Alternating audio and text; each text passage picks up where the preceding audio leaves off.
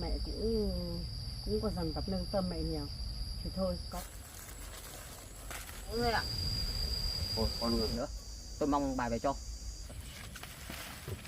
Thế rồi ạ, thì ông cứ vào trong đó nói chuyện. Thu hoạch ở một chúng tôi rất là xa. Em phải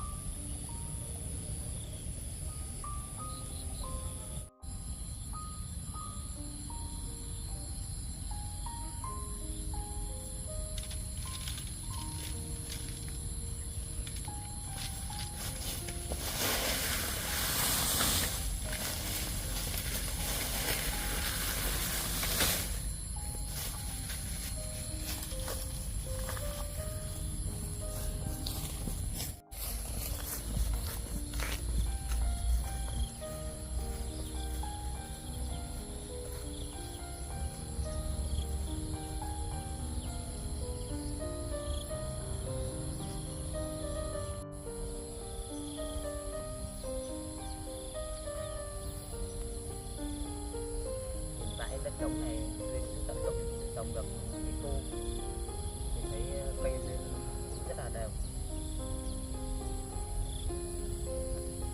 mùi cũng rất vất vả lắm đây.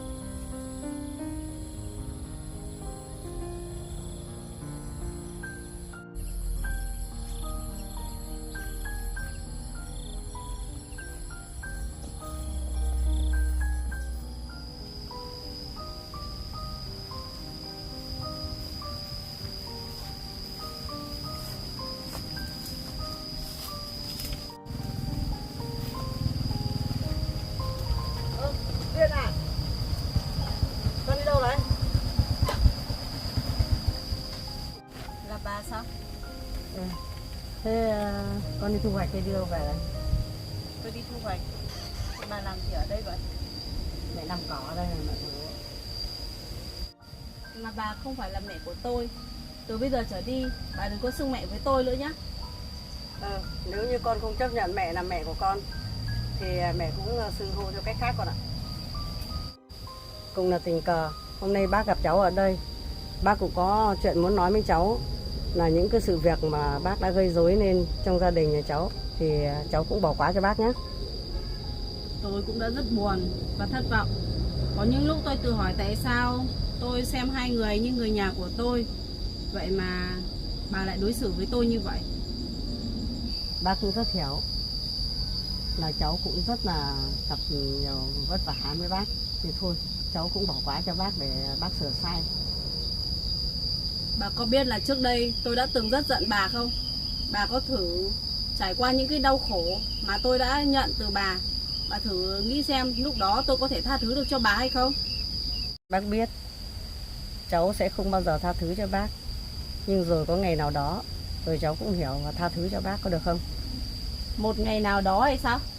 Bà nghĩ một ngày nào đó của bà nó sẽ tới hay sao? Vậy thì bà phải đợi rất lâu đấy.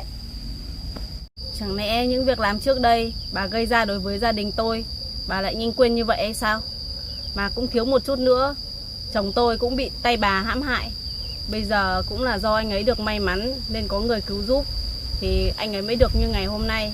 Còn việc của bà ấy, bà cứ suy nghĩ, có thể bà ăn năn hối hận, nhưng tôi nghĩ rằng bà sẽ còn phải hối hận suốt cuộc đời đấy. Bây giờ thì cháu có trách móc bác thế nào bác cũng xin chấp nhận. Như này Duyên này, có phải Sung mới đi lính được về phép vào cháu? Đó là chuyện của gia đình tôi không cần bà phải hỏi thăm. Bây giờ thì bác nói gì ạ thì cháu không muốn nghe, thì thôi bác cũng không hỏi nhiều cháu. Vậy thôi, bà cứ làm việc của bà đi. Bây giờ tôi cũng phải đi thu hoạch kiểu muộn.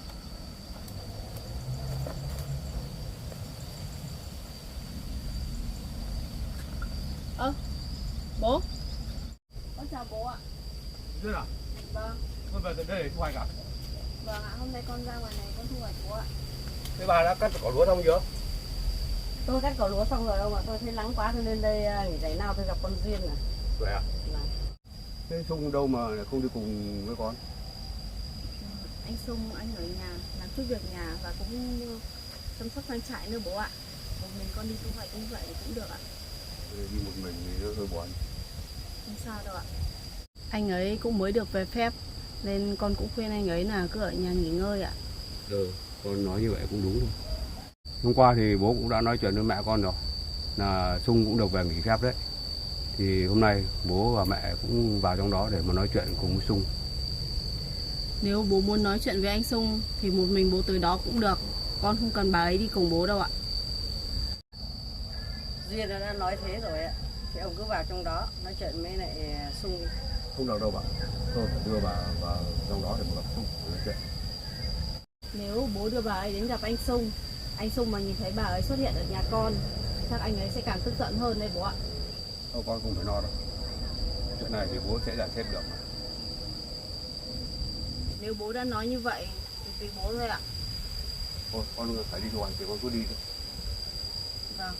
Bố ơi, anh Sung cũng vẫn đang ở nhà đấy. Bố đến đó cũng sẽ gặp anh ấy thôi ạ.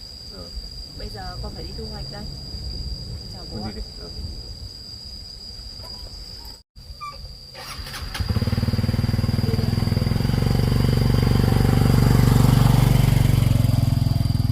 Này ông ạ, thế Duyên nó nói như thế nên bây giờ nó vẫn đang giận bà nhiều đấy. Nhưng tốt hơn hết là bây giờ bà đi cùng với tôi vào trong trang trại để mà gặp Sung cho nói chuyện và trả lại cái số tiền mà nhà nước của họ đền bù cho. Vâng, ông nói như vậy tôi cũng nghe ông đấy ạ. Bây giờ mà tôi vào trong đó thì liệu Sung nó có tha thứ việc làm của tôi đối với Sung không ông nhỉ? Việc này thì tôi cũng không thể biết được, nhưng còn tùy thuộc vào.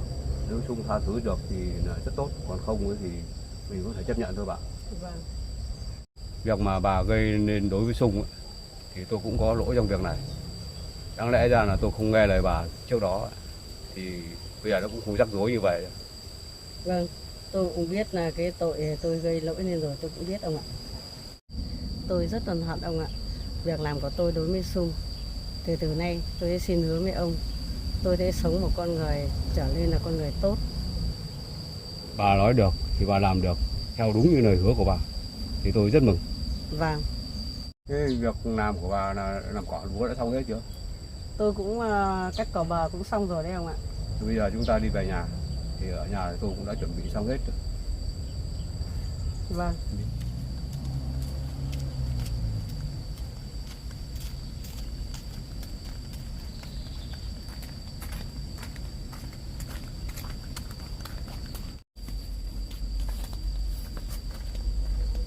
Bà cứ đợi đón vào đi, trời đang nắng. Vâng.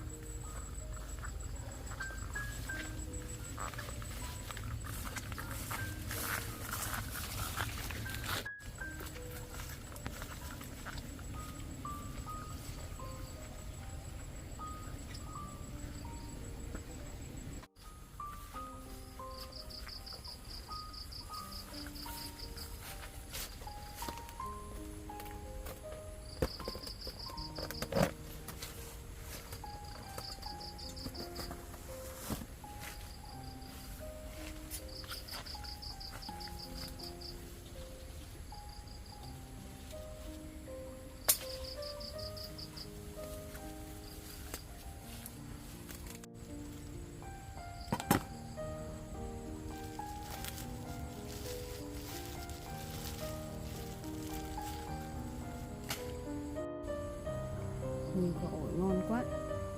Mình thấy khu vườn này họ trồng với quy mô rất lớn và họ cũng có kỹ thuật chăm sóc cây ăn quả nữa, nên quả mới được bảo vệ như thế này.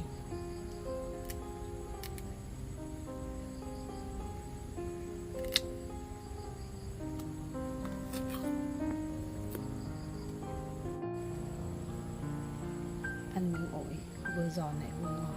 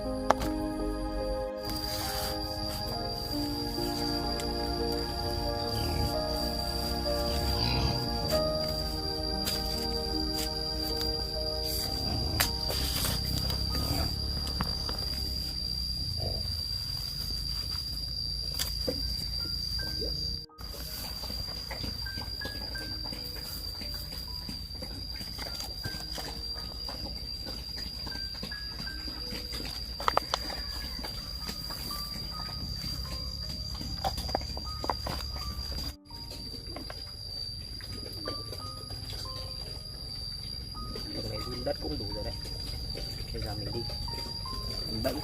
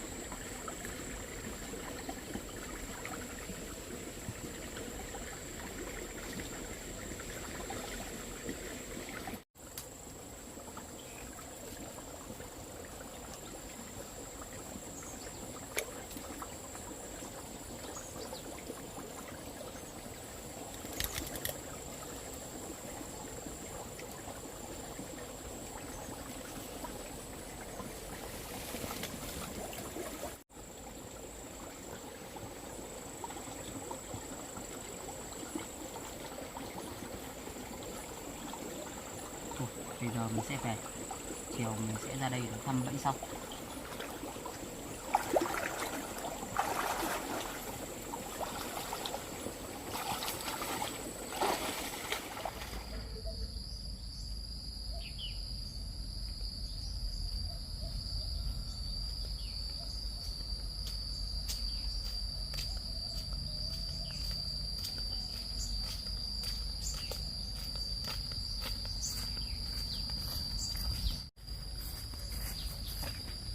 Rồi đi nhanh đi bà ơi. Vâng. Ông ơi, thế liệu tôi đến nhà Sung này, Sung có chấp nhận tôi không nhỉ? Được rồi, Sung chấp nhận hay không cũng như là còn tùy theo. Và đến bây giờ Duyên cũng chưa chấp nhận bà thì làm sao mà Sung chấp nhận bà được. Vâng, tôi biết.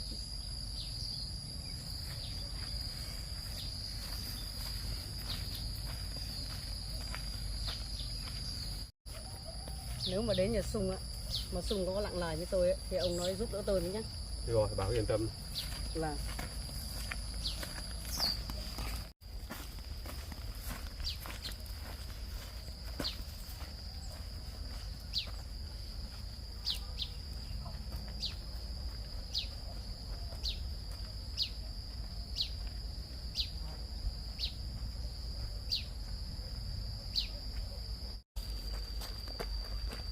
Mà Sung đi đâu khóa cửa, khóa cổng này bà.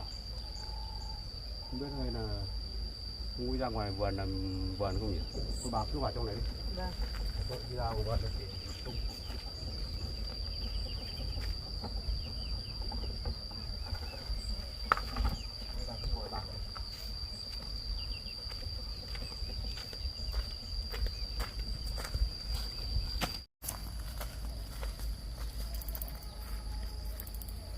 Sung ơi!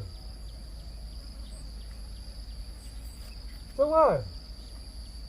Không biết là Sung có làm gì dọc ở ngoài vườn không?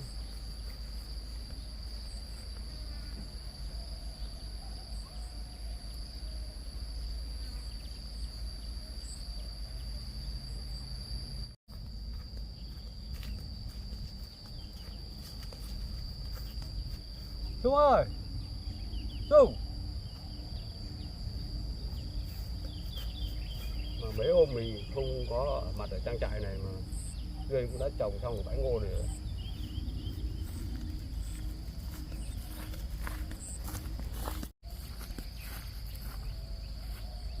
Mình thấy ngô trồng, Duyên trồng cũng lên đều. Ở kia còn trồng được cả bí nữa.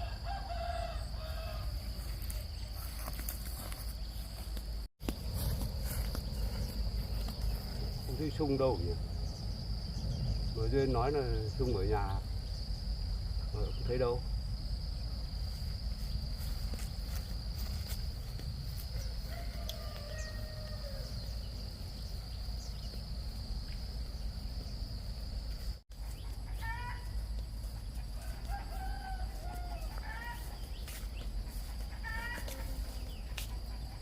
Thôi bây giờ mình cứ về nhà mình đợi Sung đi đâu về.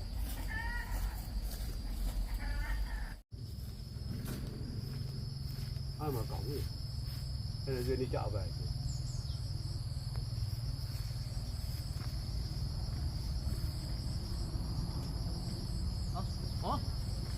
Sung à? Hả? Con đi đâu vậy? Con đi bẫy luôn bố ạ. Vậy à? Vâng. Bố xong công việc ở nhà rồi sao? Ui, bố ở nhà thì bố công việc thì nó cũng chưa ổn lắm, nhưng mà bố lại thấy nhớ trang trại, nhớ các con thì bố lại quay vào đây. Vâng. Có như vậy thì con cảm thấy rất mừng. Mà Duyên lúc nào cũng sợ là bố trở về quê bố buồn, nên là bố lại không trở lại trang trại nữa.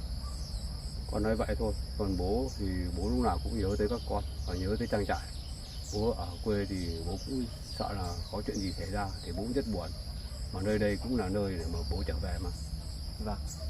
Việc này thì bố cứ yên tâm đi ạ. Vợ chồng con sẽ cố gắng chăm sóc trang trại thật tốt, và vợ chồng con cũng coi bố như con người thân trong gia đình mà. Bố nghe lời con nói như vậy thì bố thấy rất ấm lòng. Mà hôm nay bố cũng đem một ít hạt giống tới trang trại này để bố con mình cùng gieo trồng. Vâng, con cảm ơn bố nhiều. cũng đúng lúc mà vợ chồng con cũng đang chuẩn bị đi mua hạt giống để mà về trồng và mở rộng thêm trang trại bố ạ. Con nói vậy là được, nhưng bố nghĩ rằng chỉ cần gia đình mình đoàn kết và đồng lòng thì khó khăn gì cũng vượt qua. Và từ nay bố cũng mong là gia đình mình cũng được như vậy. Vâng ạ. Con cảm thấy rất vui khi bố đã quay trở về trang trại. Duyên sau khi thu hoạch trở về thì được thấy bố ở lại nữa thì cô ấy cũng rất vui. Nên là vợ chồng con sẽ nấu một bữa cơm thật ngon để mà chào mừng bố trở về nhé. Bố cảm ơn con. Đây là bà sao? Mẹ bố nói Không có chuyện gì để nói với cả bà ấy cả. Tại sao bố lại đưa bà ấy tới đây vậy? con hãy bình tĩnh để bà tới đây bà sẽ nói chuyện. Sung à, mẹ có chuyện muốn nói với con. Trong quá trình một thời gian mẹ đã ở trong trại giam, mẹ cũng có dần tập nâng tâm mẹ nhiều. Thì thôi, có những sự gì mà mẹ sai trái thì con cũng bỏ qua cho mẹ. Tôi không thể tha thứ được cho bà những việc làm bà đã gây ra cho gia đình tôi đâu, đặc biệt là tôi đấy. Mẹ biết là những vụ việc của mẹ làm đối với các con là sai. Chỉ là quyết định sai thôi sao? Chỉ vì mảnh đất đó bà đã thuê người hãm hại tôi. Nếu như ngày đó tôi không được may mắn thì liệu tôi có còn được đứng ở đây nữa không? Con ạ, đừng nhắc đến chuyện đó nữa. Mẹ cũng thấy rất là hối hận và xấu hổ con ạ. Bà cảm thấy xấu hổ, bà lại vẫn còn tới đây hay sao? Cái việc bà đã gây ra cho gia đình tôi không bao giờ tôi quên được đâu. Và tôi không bao giờ tha thứ cho bà đâu. Sung, bố hiểu cảm xúc của con, nhưng Bố ạ, con luôn kính trọng bố. Nhưng chuyện này là vết thương của chính con không thể giả vờ như chưa từng có chuyện xảy ra. Con không thể tha thứ cho mẹ những cái việc mẹ làm sai đối với con sao? Tôi không bao giờ tha thứ cho bà đâu. Tha thứ là đều phải xuất phát từ trái tim, chứ không phải lời xin lỗi. Hôm nay tôi chưa thể làm được điều đó. Mẹ cũng biết đây là cái giá của mẹ cũng phải trả con ạ. Tôi sẽ không bao giờ trả thù bà cả. Mà tôi cũng chỉ mong bà là đừng tới đây để làm xáo trộn cuộc sống ở gia đình tôi nữa. Tôi muốn Duyên vợ tôi được bình yên. nói chung này, bố cũng chỉ mong rằng có một ngày nào đó thì những vết thương lòng trong gia đình của mình sẽ được hàn gắn lại thôi. Mẹ cảm ơn con. Thôi thì mẹ cũng thấy con nói cái lời thật lòng đối với mẹ. Thì thôi, mẹ cũng xin phép mẹ đi về. Từ nay mẹ không đến để làm phiền các con nữa.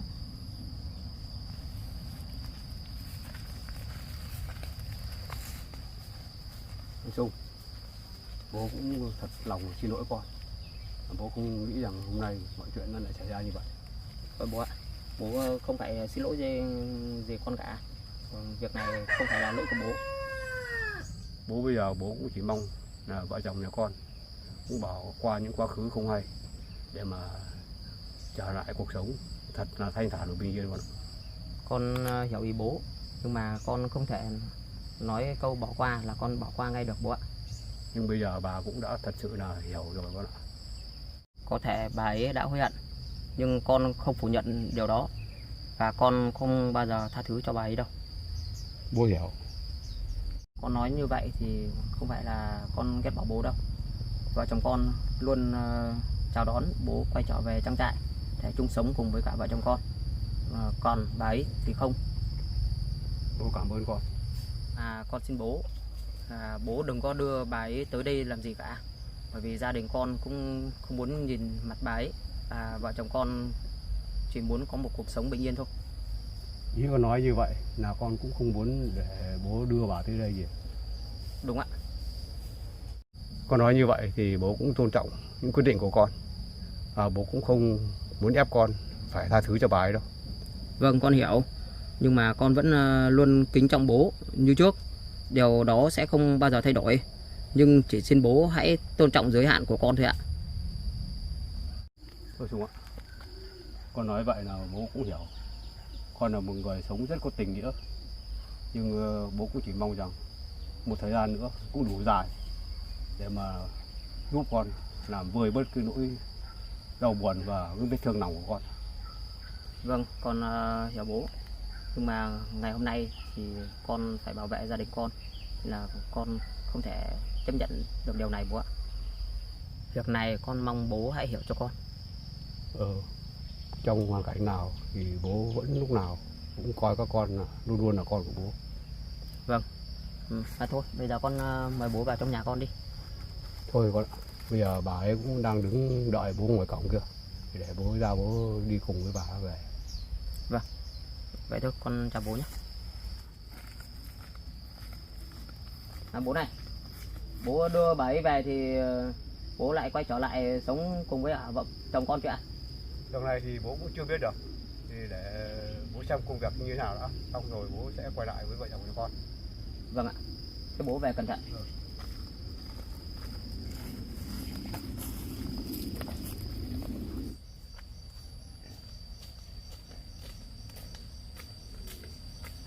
Ông nói chuyện với Sung xong rồi à? Tôi nói xong rồi, bây giờ chúng ta về đó. Ông ơi, tôi còn mất cái này ông ạ. Gì vậy? Việc chính hôm nay chúng ta đến đây để đưa trả tiền cho Sung mà tôi lại quên mất ông ạ. Vậy thì bây giờ chúng ta sẽ quay lại để mà trả lại cho Sung đi. Vâng.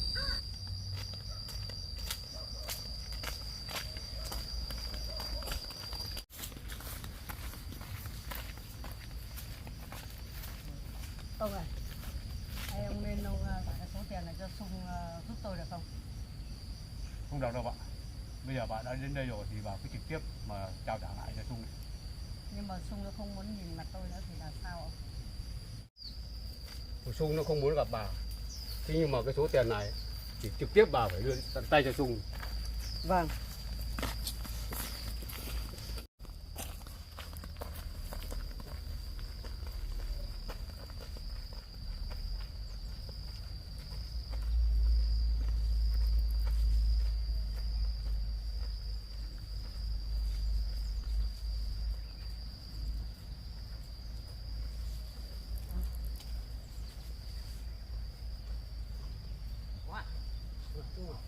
Bố lại đưa bà ấy tới đây làm gì nữa vậy? Con đã nói thế nào với bố rồi? Sung ạ, mẹ thật sự là mẹ xin lỗi con. Mẹ lại đến làm phiền con một lần nữa. Bà lại tới đây lại có chuyện gì nữa? Hôm nay mẹ đến đây mục đích là mẹ đến để trả tiền lại cho các con. Mà trước kia mẹ đã chiếm đoạt miếng đất của các con. Mà bà cũng không phải là mẹ của tôi đâu. Tốt hơn hết là bà đừng có xưng mẹ với tôi nữa, bởi vì bà không xứng đáng làm mẹ của tôi đâu. Mà cũng đây, cái số tiền mà mẹ bán đất mẹ chiếm đoạt của các con á, thì bây giờ mẹ trao lại cho các con. Được rồi, số tiền này thì tôi sẽ cầm. Mẹ cũng xin cảm ơn các con nhé. Nhưng mẹ mong sau này. Thôi, bà không phải nói gì nữa. Tôi mong bà về cho, bởi vì bà làm phiền gia đình tôi quá nhiều rồi. Thôi bạn, Sung nó cũng không muốn nghe bà nói nhiều đâu. Thì bây giờ chúng ta về đâu. Vâng.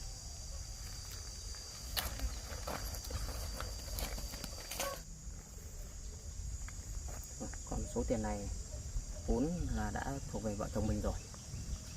Và số tiền này mình sẽ đưa cho Duyên để tiết kiệm lại, để dành tiền chữa trị cho con trai mình.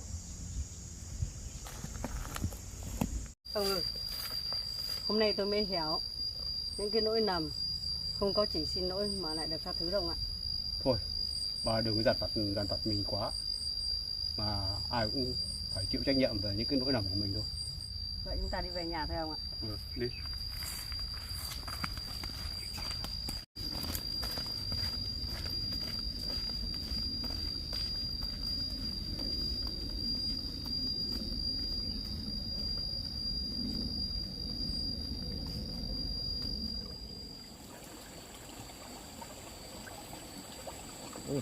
Luôn nè. Ở đây cũng dính một con nữa này.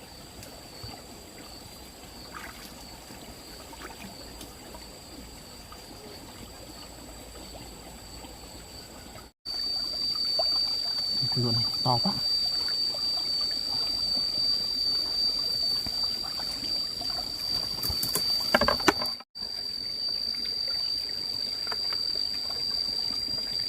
Vườn to quá. Này vẫn còn vươn mồi.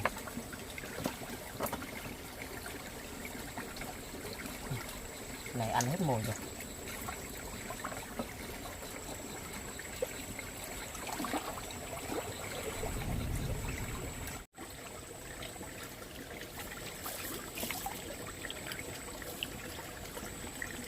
Lường to lắm.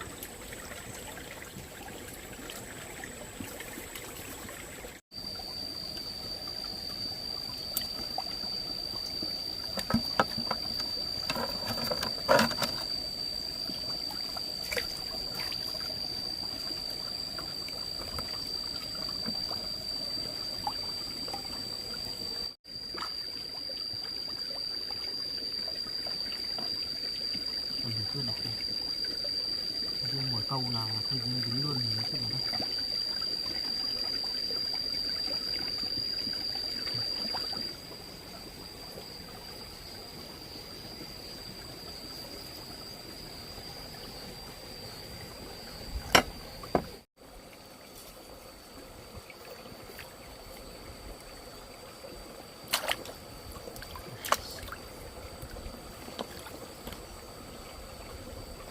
Ở đây là luôn to thật đấy.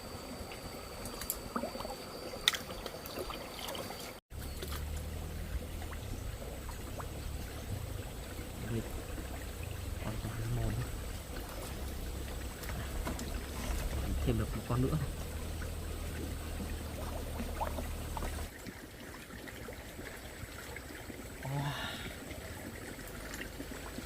Mình không ngờ chỗ này lại có nhiều luôn đến như vậy đấy. Con nào cũng to. Này cũng được mấy cân rồi.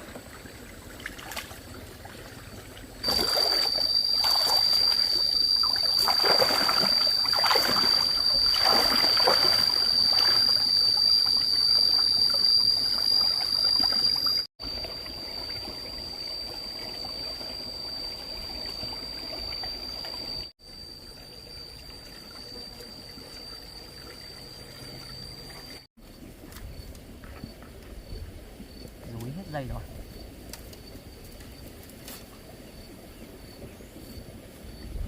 Đây.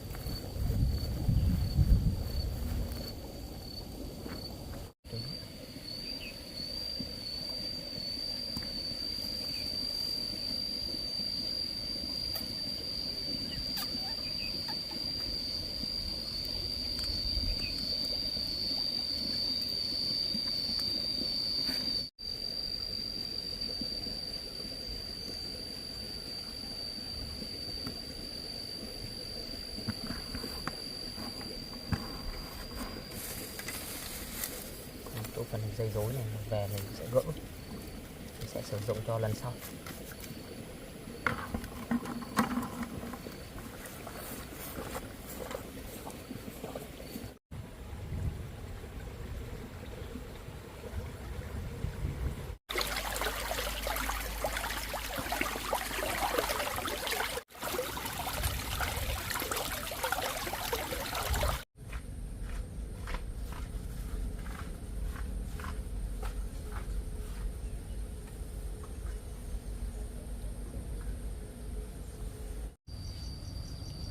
Không biết anh Sung đi đâu nhỉ?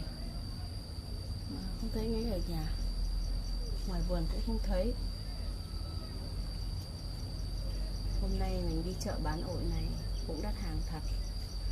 Nhưng mình vẫn để phần vài quả ngon để mang về cho anh Sung cùng ăn với mình nữa.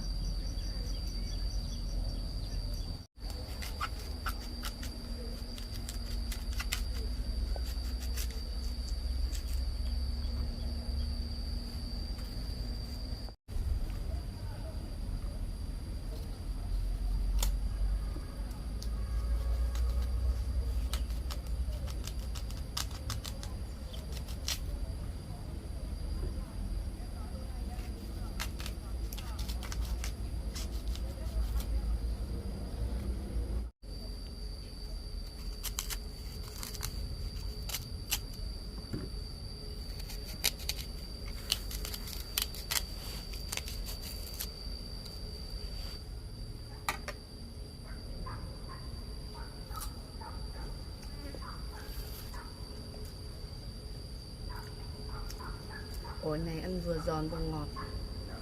Mình mang ra chợ cho khách ăn thử, họ cũng rất thích, họ cũng mua nhiều thật.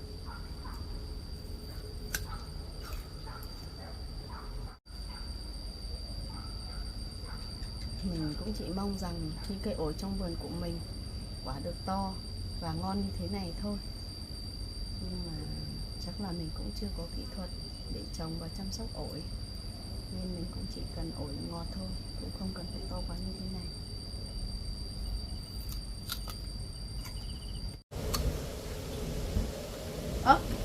Anh Sông, anh về rồi ạ? Em về rồi. Anh đi đâu vậy? Anh đi bẫy cá, cũng không có cá, rất may là cũng bẫy được một đàn lươn đấy em ạ. Nhìn lươn to thế anh nhỉ? Ừ. Nhìn những con lươn này to anh nhỉ? Cũng may quá, thế nào lại dính phải một đàn lươn này. Nhìn nó thích không này?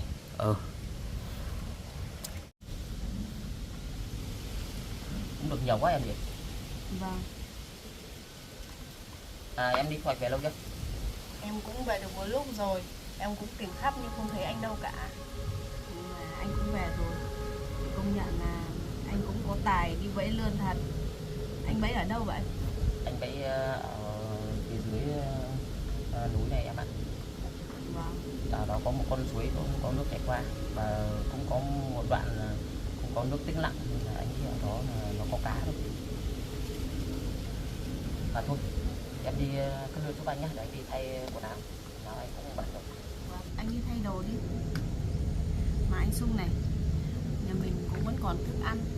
Thế là chỗ lươn này vừa to vừa ngon, mình mang ra chợ bán đi. Thế cũng được đấy, bởi vì trong nhà mình cũng còn nhiều thức ăn mà. Ngày hôm qua thì vợ chồng mình vẫn cứ ăn cua mà. Lươn bây giờ cũng đang được giá 200.000 một cân đấy anh ạ. Yeah. Chỗ này anh bắt chắc cũng phải được gần 2 cân đấy nhỉ? Thôi, được rồi, bây giờ anh đi thay quần áo đã. Quần áo anh cũng ướt hết rồi. Anh đi thay đồ nghỉ ngơi, rồi ra đây ăn ổi đi. Hôm nay em đi thu hoạch ổi đấy.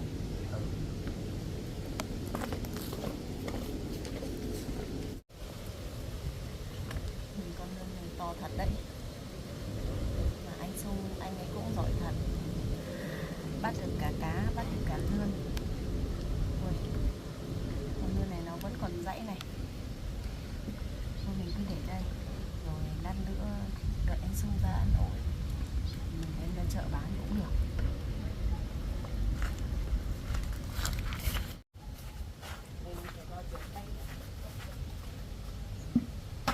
Lát nữa mình sẽ mang ra chợ bán.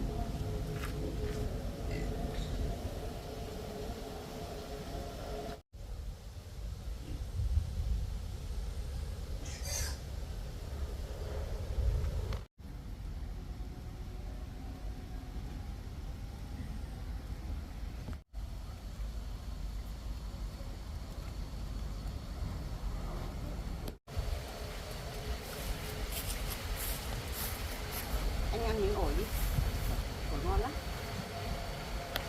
Tôi thấy trời đang mưa thì phải. Vậy ạ, em cũng thấy gió mát. Em thu hoạch ở đâu? Ngon quá, mà ngọt nữa.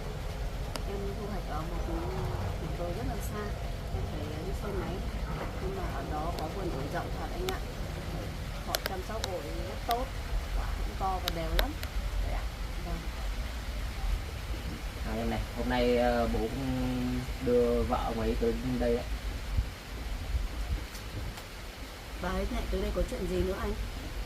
Bà ấy tới đây để trả tiền, thì anh cũng lấy rồi. Anh bảo với cả bà ấy là đừng có tới đây để làm phiền gia đình mình, bởi vì anh cũng không muốn như thế bà ấy một chút nào cả. Vâng. Em nghĩ rằng anh làm như vậy là đúng đấy. Thế còn bố đâu vậy? Đó thì bố cũng bảo với anh là bố về cùng với cả bà ấy. Vâng, như vậy thì cũng được thôi. Bởi vì dù sao thì bà ấy cũng là vợ của bố mà. Bố về đó ở cùng là chăm sóc bà ấy cũng là điều đương nhiên anh ạ. Trời mưa rồi. Này thì em làm sao mà có thể đem lươn ra chợ bán được nữa? Tôi không sao đâu nhá. Lát nữa thì trời lại mưa thì em mang ra chợ bán cũng được hả? Vậy mình chuyển đồ vào trong nhà đi anh ạ.